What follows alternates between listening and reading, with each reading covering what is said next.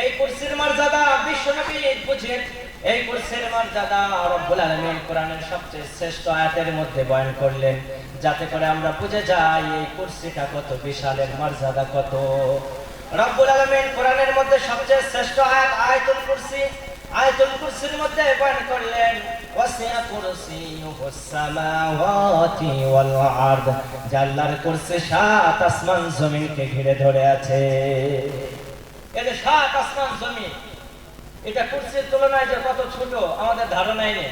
বিশ্বনবী সাল্লাল্লাহু আলাইহি ওয়াসাল্লাম বললেন মাস সামাওয়াতু সাবউ আলাল কুরসি কা হালকাতিন মালকাত বিআরজি ফালা, যে সাত আসমান এর মধ্যে যা কিছু আছে, এতক্ষণ যা কিছু শুনলেন সবকিছু যদি আল্লাহর কুরসির মধ্যে নিয়ে যে রেখে দেওয়া হয়, কুরসির তুলনায় এই সাত আসমান কত ছোট।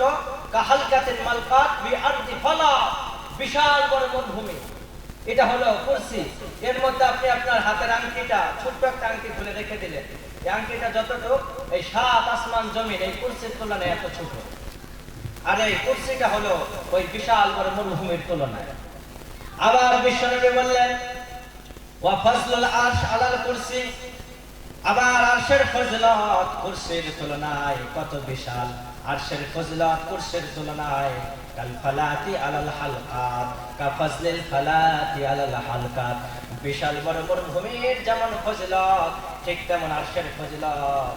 আর এই ছোট্ট আংটির তুলনা হলো কুরসি, মানে আরশের তুলনায় কুরসিটা হলো ছোট্ট, আরশ বিশাল বড় মরুভূমি। এর উপরে হলেন আরশের উপরে ইস্তাওয়া আলাল আরশ রব্বুল আলামিন মুস্তাফি, তিনি কে? আল্লাহ তাআলা। এর উপরে আরশের উপরে আছেন আল্লাহ তাআলা মুস্তাফি। আল্লাহ তাআলার কুদরতে তার শানের মোতাবেক তিনি রয়েছেন। এর উপরে